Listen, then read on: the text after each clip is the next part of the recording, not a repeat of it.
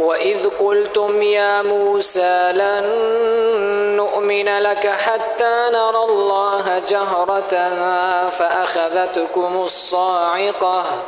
فأخذتكم الصاعقة وأنتم تنظرون. أول سپارہ دا سورة البقرہ آیت نمبر دی 55 نمبر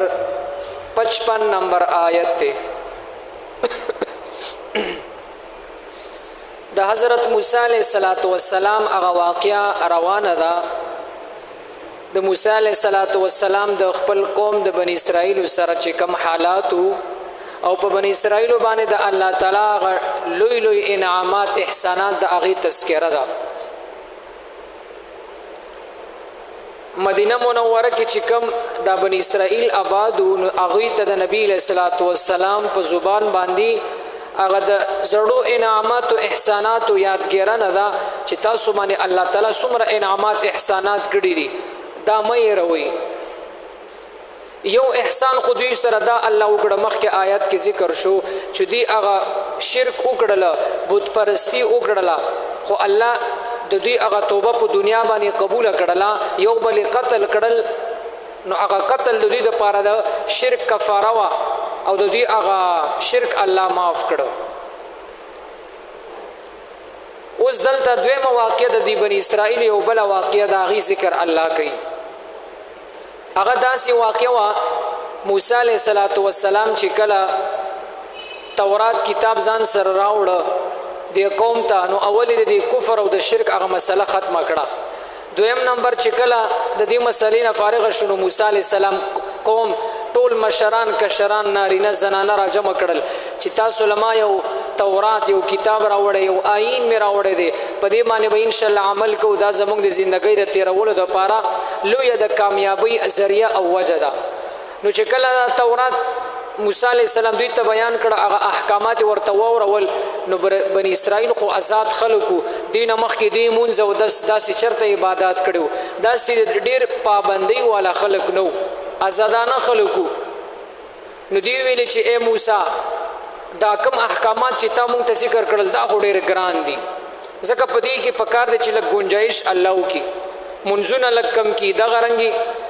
روجی دي چاغرا باندې لګي کمی کی نور زکات ته سلورمه حصہ په زکات فرض وګره بنی اسرائیل باندې سلورمه حصہ او زمنګ دی امت کې سلويختمه حصہ ده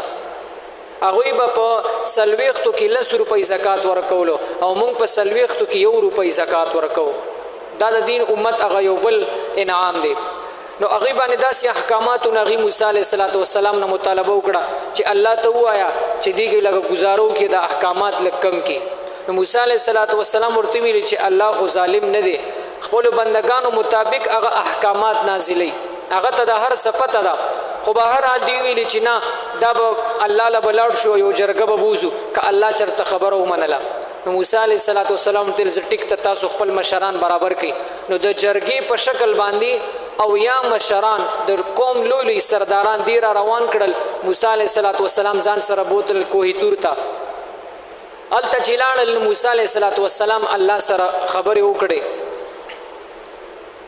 نو چې خبرې ورسره وکړي ارته الله ورته ویلي چې موسی علیہ السلام تی ویل دي ته وایا چې دغه احکامات په دې کې څه تبديل او تغییر ناراضي. الله ورته ویلي ما ته پته و چې تاسو څومره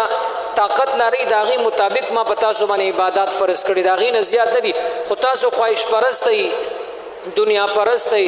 آزاد پرست ای تاسو چرته عبادت کړی دي د دې مزن او د دې مزه او خون تاسو نه دي سکړه. اوسم چې یو سړی د مونږ خوندې اخسته هغه جمعه ته راوستل یقینا ډیر ګران کار دی. تانی ته خو ډیر په اسان لاړ شي او راشي بازار ته خو په اسان ازیرازي پیسې بهم لګي مال بهم لګي ټیم بهم لګي خو جمعه ته چې پیسې پېنه لګي او دومره ټیم هم پېنه لګي خپه د آیا او د عزت سیز دی عدالت جمعه ته نشي راتللی ولی هغه ته د مونږ دا یو غر ته خطل ښکاری دا غرنګ نور عبادت چې څوک ور سره عادت نوي. نو موسی علیہ السلام هغه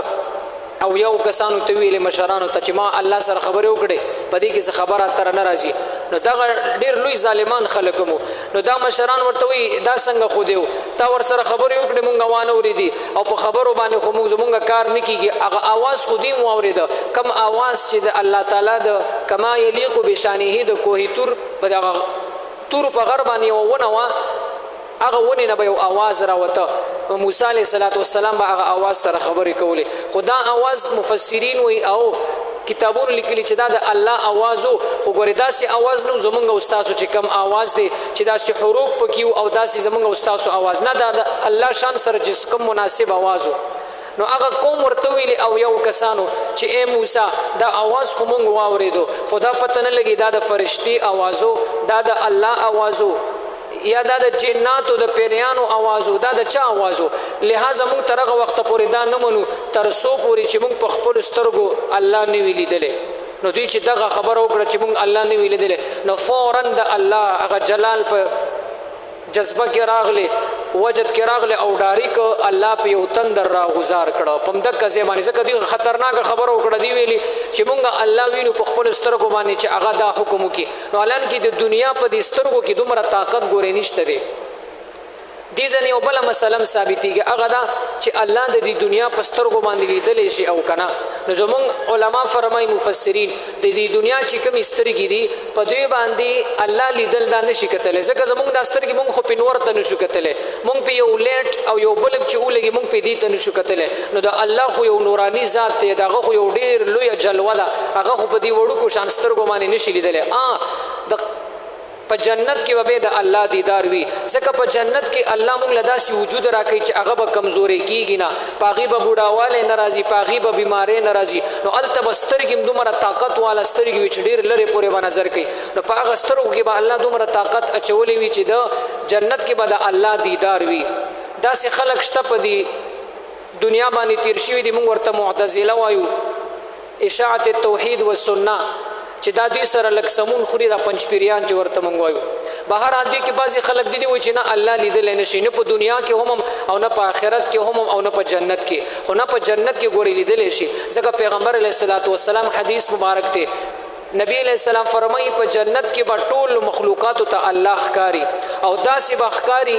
لکه څنګه چې مونږ ته اوس د سپوږمۍ ښکاری یو انسان که د دنیا په هر ګوټ کې وي خود ته د انور لیدل او سپوږمۍ لیدل دا ورته په اسانتیا سره ښکاری نو دی دل الله په جنت کې دغه رنګ هر جنتی ته ښکاری هیڅ مشکل به ورته په لیدلو کې نه وي خو به هر حال دی او یو کسان ویل چې نه مونږ خو به الله په خپل سترګو باندې نو دا خبره د دوی خطرناک او نو الله په تندر راو ورزول دا او یا وړه کسان دلته الله مړ کړل چې کله دا مړ شول نو موسی علیه السلام الله ته سوال وکړ چې اے الله دا خو ما راوستیو او دا د قوم نمائندگانو هغه جرګبازو نو که چرته زم دسی واپس لاړ شم نو زما قوم بنی اسرائیل به وایي چې موسی علیه السلام زمونږ هغه او یا کسان بوتړل او دوکې ور سره وکړل او قتل کړل او ګورلته دفن کړل او دات یوازې راغله نو یا الله سوال ورته وکړ چې دا ژوندۍ کا او چې د حالات وویني او خپل قوم ته بیان کی نو الله به انعام وکړو الله دوباره را ژوندۍ کړل دا مرګ نه پس الله دوباره را ژوندۍ کړل او واپس قوم ته راغلل هغه قوم ته خپل حالت بیان کړل نو د دې واقع الله ذکر کوي و اذ یاد کوي هغه وخت په هغه وخت کې قلتم چې تاسو ویلي دی بنی اسرائیل ته الله وی یا موسی اے موسی بنی اسرائیل موسی علیہ السلام ته ویلي لن نؤمن هرگز بمون ایمان رانوړو لکه پتا باندې حتا تر دې پوری نر الله چې مونږ ووینو الله تعالی جهرتن خکارا بخکارا الله ووینو فاخذت نو دوی چې دا خبره وکړه نو فاخذتکم نو پستا سونی ولی الصاعقه هغه یو تندر راغلی آسمانی بجلی ورغله دا او یا ونه وسیزل او ملته مړ کړل وانتم او تاسو حال لو تنظرون تاسو یو بل تکتل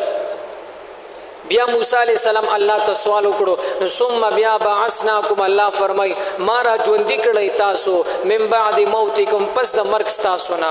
په دې واقع کې خو یو دې طرف ته اشاره وشوله چې د قیامت نه پس الله د پر را ژوندۍ کول دا آسان دي وګوري په دنیا کې الله خلق مړ کړل او یو 15 منټه پس 10 منټه پس الله دوباره را ژوندۍ کړل نو آیا چې مثال یو سړی مړ شي الله په دنیا کې را ژوندۍ کولې شي نو پر قبرونو کې چې کم پراته دي دا ولې نشي را ژوندۍ کولې بالکل را ژوندۍ کولې شي نو دوی ته دغه عقیده مو خو دل چې د مرګ نه پس ژوندون دام په حق باندې دي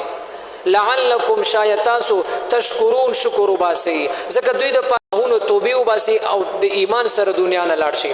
الله فرمای و اس بغ وقت قلتم چې تاسو ویل یا موسی اے موسی لن نؤمن لك هرگز به موږ ایمان را نوړو لکه پتا باندې حتا تر دې پورې نر الله چې موږ وینو الله تعالی جهرتن پخکار باندې فاخذتكم پستاسونی ولی الصاعقه اغ تندر پتا سراغلی اسمانی بجلی پتا سو باندې راغلا وانتم او حال داو چې تاسو تنظرون لیدل یو بلم قتل اغ تندر تم قتل ثم بعثناکم بیا مونږ ژوندۍ کړی تاسو من بعد موتکم پس د مرګ تاسو نه لعلکم شاید تاسو تشکرون شکر گزار جوړ شئ سبحان ربک رب العزة عما یصفون والسلام علی المرسلین والحمد لله رب العالمين آمين الحمد لله رب العالمين والعاقبة للمتقين والصلاة والسلام على رسوله النبي